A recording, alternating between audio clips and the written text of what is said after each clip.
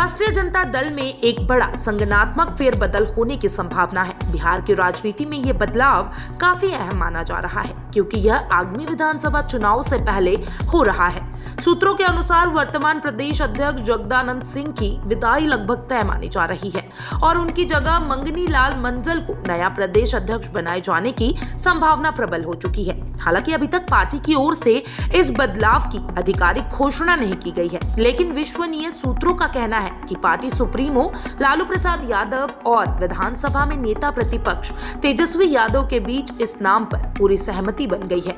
संगठन के शीर्ष नेतृत्व ने मंडल को पार्टी का नया चेहरा बनाने का निर्णय अंदरूनी स्तर पर ले लिया है।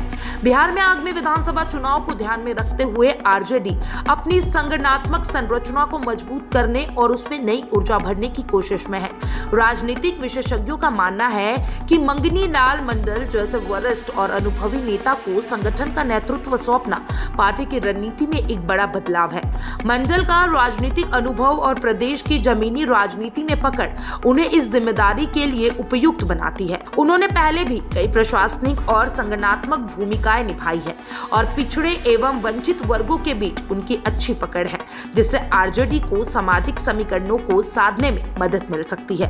जगदानंद सिंह लंबे समय से प्रदेश अध्यक्ष के पद पर है, लेकिन हाल ही के महीनों में पार्टी के भीतर उनके कार्यशैली को लेकर असंतोष की खबरें सामने आती रही है। विशेष रूप से युवा नेताओं और तेजस्वी यादव के करीबी नेताओं के बीच ये भावना रही है कि सिंह का रवैया संगठन को गतिशील बनाने में अड़चन पैदा कर रहा है।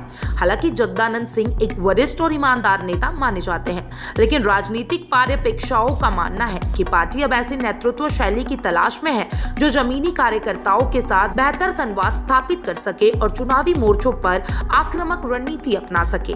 आज यानी कि 14 जून को पार्टी के संगठनात्मक चुनाव की औपचारिक प्रक्रिया के तहत नामांकन होना है।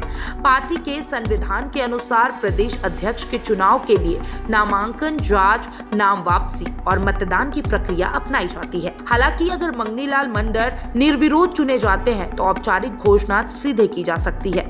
यह भी संभव है कि पार्टी उन्हें सर्वसम्मानित से अध्यक्ष बनाए, जिससे संगठन में एकता का संदेश जाए और किसी तरह की आंतरिक खींचातानी से बचा जा सके। इस बदलाव का असर सिर्फ संगठन तक सीमित नहीं रहेगा, बल्कि इसका सीधा असर राज्य की राजनीति और आरजेडी की चुनावी रणनीति पर भी पड़ेगा। लालू यादव और तेजस्वी यादव ये संदेश देना चाहते हैं कि पार्टी अब युवाओं, पिछड़ों और सामाजिक न्याय के एजेंडे को एक नई धारा देने जा रही है।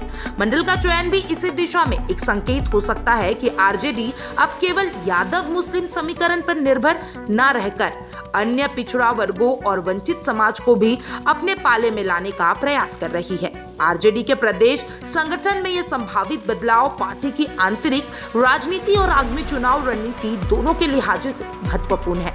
यदि मंगनीलाल मंडल का नाम आधिकारिक रूप से सामने आता है तो यह न केवल एक नए नेतृत्व की शुरुआत होगी, बल्कि बिहार की राजनीति में भी इसका बड़ा असर देखने को मिलेगा। आने वाले कुछ घंटों या फिर दिनों में इस पर मुहर लगने की पूरी संभावना है और राजनीतिक हलकों में इस बदलाव पर बारीकी से नजर रखी जा रही है। आप क्या सोचते हैं बिहार राजनीति के बारे में? कमेंट बॉक्स में जरूर बताइएगा और तमाम ऐसे अपडेट्स के लिए channel for news Bihar Jharkhand के साथ बने रहे।